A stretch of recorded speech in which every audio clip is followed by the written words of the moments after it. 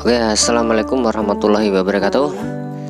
Salam jumpa, salam kenal dari saya, mekanik jalanan. Jadi di season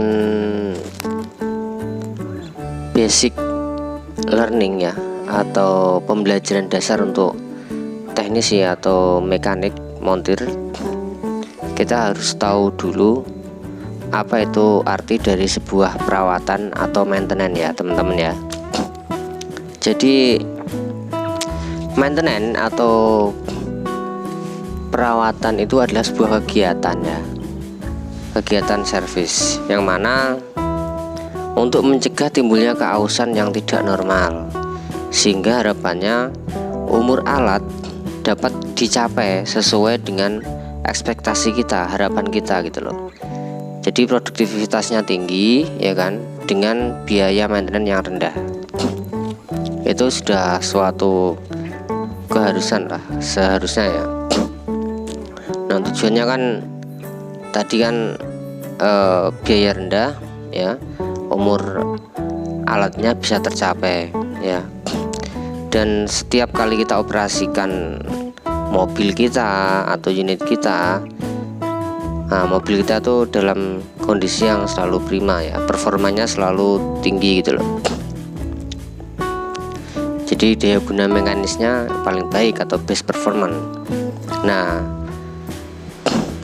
tadi kalau berkaitan dengan biaya maintenance ya, yang pasti kita pengennya kan untuk meredus cost ya, mengurangi biaya maintenance yang tinggi ya. Kita bisa menekannya sebanyak mungkin ya.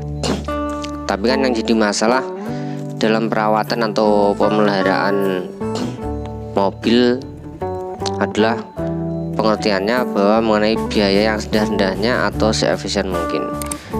Kalau saya amati ya, banyak orang melihat masalah perawatan mobil itu secara sepotong-potong, atau hanya melihat biaya awalnya atau biaya saat yang timbul pada saat maintenance atau perawatan dilakukan. Jadi tidak melihat secara keseluruhan dan tidak memperhitungkan seluruh biaya yang dibutuhkan baik untuk perawatan maupun perbaikan selama alat-alat kita, mobil kita pakai ya, kita operasikan. Nah, akibat kita berpikiran bahwa perawatan itu harus seminim mungkin ya minimal lah ya, seminim mungkin budget kita yang dibutuhkan untuk merawat mobil ya, dan kita semua menganggap hal ini sebagai langkah yang baik untuk efisiensi. Padahal yang akan terjadi kan sebaliknya gitu loh mas, kebalikannya. Dengan kita berusaha menekan biaya maintenance atau perawatan sampai titik minimal ya, maka mobil kita tersebut jadinya sangat rentan sekali dengan kerusakan gitu loh, dan akan membuat kendaraan kita atau mobil kita itu malah jadinya rusak sebelum waktunya, sehingga akibatnya kan justru biaya perbaikan ya, beda ya, kita harus bisa bedakan antara perawatan dengan perbaikan, akan jadi tinggi biaya perbaikannya. Nah tentunya kan secara keseluruhan kan akibatnya apa, downtime ya, istilahnya rusak, mobil kita rusak, kita nggak bisa istilahnya untuk operasional. Nah kalau kita hitung-hitung di akhir kan jadinya apa, jatuhnya kan justru mobil kita itu sangat mahal gitu loh. Kalau kita melihat biaya perawatan dan perbaikan itu kan sebenarnya kalau kita itu memandang sebuah gunung es, fenomena gunung es ya. Jadi seolah perawatan itu di bagian permukaan yang biasa kita lihat dengan mudah, sedangkan biaya perbaikan tuh sebenarnya berada di bawah permukaan dan sulit untuk dilihat dan sulit kita deteksi ya. Kalau kita lihat maintenance itu sebagai komponen ya, suku cadang biaya saja, dan kita cenderung untuk kepengennya itu menekan biaya perawatan ya, maka kita bakal kecewa beneran, kita bakal nyesel. Karena dengan kita meminimkan budget untuk perawatan mobil kita, maka biaya perbaikan yang berada di bawah permukaan itu justru akan berubah menjadi sangat besar. Nah, hal ini kan terjadi karena dengan perawatan yang kita tekan, maka berarti kita akan mengabaikan perawatan. Dengan kita mengabaikan perawatan, maka mobil kita justru akan mudah dan cepat rusak. Sehingga apa? Di endingnya malah justru biaya perbaikan itu malah jadi besar gitu loh. Contoh ya teman-teman ya. Contoh misalkan oli mesin yang seharusnya kita ganti per 250 jam misalkan ya, atau kalau jarak tempuhnya misalkan 10.000 km, karena kita itu pengennya hemat oli.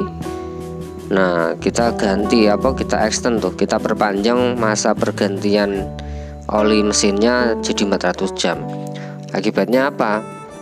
Kualitas oli jadi semakin jelek, terus kekentalannya berkurang ya, viskositasnya berkurang, terus sifat-sifat pembersihan dari oli ya, oli kan punya sifat untuk cleaning ya, pembersihan, sehingga oli tidak bisa lagi melumasi mesin dengan baik dan sempurna. Akibatnya komponen-komponen yang mahal, komponen utama seperti crankshaft ya, crank as, kemudian conrod ya, stang shaker ya, dan sebagainya bisa rusak sebelum waktunya malahan gitu loh teman-teman.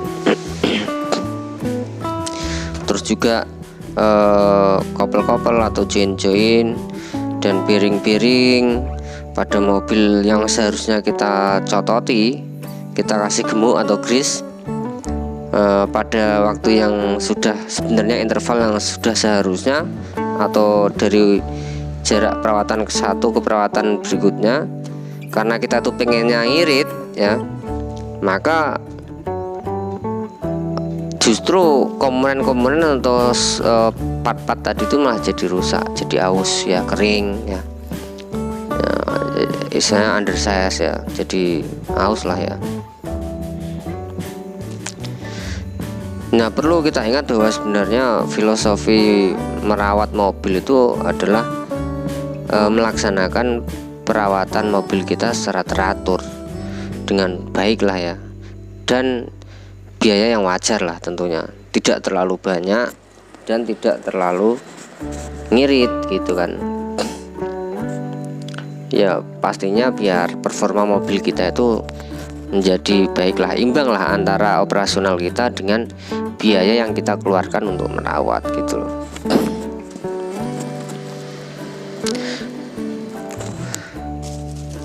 Nah, kalau kita melihat tabel diagram ini ya yang ada di layar, jadi sebenarnya perawatan atau maintenance itu dibagi menjadi beberapa bagian ya. Jadi dasarnya maintenance atau perawatan itu dibagi dua, yaitu preventive maintenance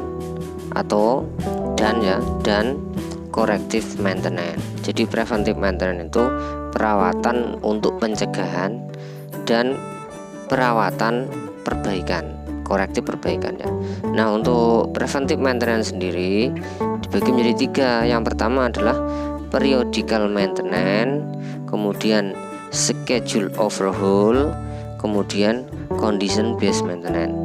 Nah, dari preventive maintenance ini dibagi menjadi tiga ini.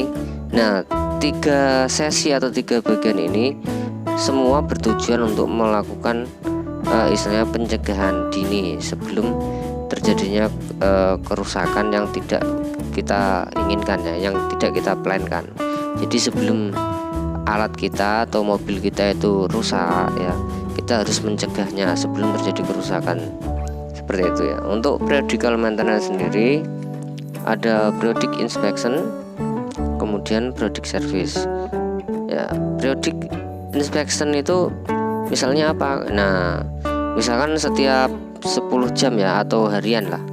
Misalnya setiap hari, setiap pagi kita panasi mesin ya, mau panasi mesin, kita cek dulu kan dari level oli, kemudian level oli transmisi ya, level oli mesin, level oli transmisi, kemudian baut roda, terus level dari level dari coolant, kemudian wiper, kemudian rem ya. Jadi kita secara harian kita harus selalu lakukan itu ya. Nah, untuk ya setidaknya kita akan tahu lah kalau memang ada komponen yang memang terjadi failure atau gagal ya, kalau kita mau membawa kendaraan kita atau mobil kita. Nah, untuk periodik service sendiri tahapannya ada 250 jam, 500 jam, 1000 jam, 2000 jam dan kelipatannya. Jadi untuk setiap jam ya, untuk mobil kita konversikan misalkan 250 jam itu per 10.000 km ya, per 10.000 km. Jadi untuk 500 jamnya per 20.000 km, per 1000 jamnya dia adalah berarti 4.000 ya, 4.000 km. Jadi nanti setiap 10.000 ganti oli mesin, terus yang 5.000 nya nanti ganti oli transmisi seperti itu ya. Kemudian untuk penggantian coolant misalkan per 2.000 jam atau per 80.000 gitu ya. Nah, untuk schedule overhaul, kita membuat sebuah schedule ya, atau perencanaan. Nah, misalkan engine top overhaul, jadi kita korek dulu tuh bagian-bagian mesin yang paling atas, misalkan di cylinder head, karena kan di bagian ini cenderung lebih cepat terjadi keausan di bagian-bagian rocker arm ya, rocker shaft, kemudian ya istilahnya yang bagian atas lah, karena posisinya paling atas saat oli dialirkan dari oil pump ya. Dia paling lemah ya tekanannya. Kadang di beberapa mesin itu, di mesin mobil itu dia kadang telat ya, kadang telat pelumasannya seperti itu. Kemudian yang kedua ada engine overhaul ya, kita bongkar mesin ya, overhaul mesin, kemudian transmisi atau konverter kalau yang sudah matic ya, mobil-mobil sudah otomatis, kemudian steering clutch, final drive-nya atau misalkan roda-rodanya ya, kemudian dan yang lain-lain. Nah, untuk condition based maintenance itu adalah perawatan yang kita dasarkan hanya berdasarkan kondisi saja. Misalkan kita pengen repair yang sudah kita schedulekan, karena apa? Karena sebelumnya kita sudah ada temuan ya, ini ada akan rusak gitu loh. Tapi sebenarnya masih bisa kita bawa, mobil kita masih bisa, kendaraan masih bisa kita operasikan ya. Nah, karena apa? Dasarnya dari monitoring, kemudian program-program yang kita program inspeksi ya. Kemudian selanjutnya countermeasure at factory. Jadi ada kalanya misalkan sebuah kendaraan atau mobil itu ada miss lah ya, tetap ada, namanya juga buatan manusia ya, buatan manusia. Jadi terkadang dari prinsipal atau pihak pembuat kendaraan atau mobil kita itu melakukan revisi gitu loh ya, sehingga mereka akan menerbitkan sebuah service news. Jadi istilahnya info kepada customer. Misalkan kita di unit ini Toyota atau unit Honda akan diganti misalkan businya gitu kan. Jadi yang berapa unit mobil yang sudah terjual ke pasaran, karena dari pihak prinsipal atau misalkan perusahaan pembuat mobil tadi misalkan ada kurang bagus performanya ya, mereka akan membuat sebuah info ke customer atau service news, kemudian ditindaklanjuti dengan melakukan penggantian ya, dengan komponen baru atau part baru tersebut ya. Ya, ini salah satunya juga ke modifikasi program itu ya. Nah, untuk yang corrective maintenance ini bedanya adalah kita melakukan perawatan ya pada saat kendaraan kita atau mobil kita memang benar-benar sudah rusak ya sudah rusak, kita ganti komponen, itu adalah korektif atau perbaikan ya. Repair dan adjustment ya. Contoh misalkan kita ngejas valve ya, ngejas intake valve, exhaust valve ya, itu karena kan dia selalu bergerak ya, ya, pasti ada kalanya satu atau dua more adjustmentnya itu akan beda kekencangannya, sehingga kita perlu setel ulang tanpa melalui schedule atau program-program yang lain seperti itu ya. Oke ya teman-teman ya, jadi di pertemuan pertama ini, pertemuan awal kita ini saya bahas mengenai maintenance. Selanjutnya nanti istilah-istilah tentang dunia otomotif, baik itu mesin niaga, mobil-mobil pribadi, mobil niaga, alat berat. Nah, insya Allah ya, saya akan share, saya akan bagi ke teman-teman semua. Bukan maksud saya untuk menggurui, tapi di sini ya saya hanya mengamalkan apa yang pernah saya dapatkan, sehingga insya Allah akan menjadi sebuah berkah buat kita semua. Jangan lupa klik like, subscribe, dan komennya. Terima kasih. Salam mekanik jalanan. Assalamualaikum warahmatullahi wabarakatuh.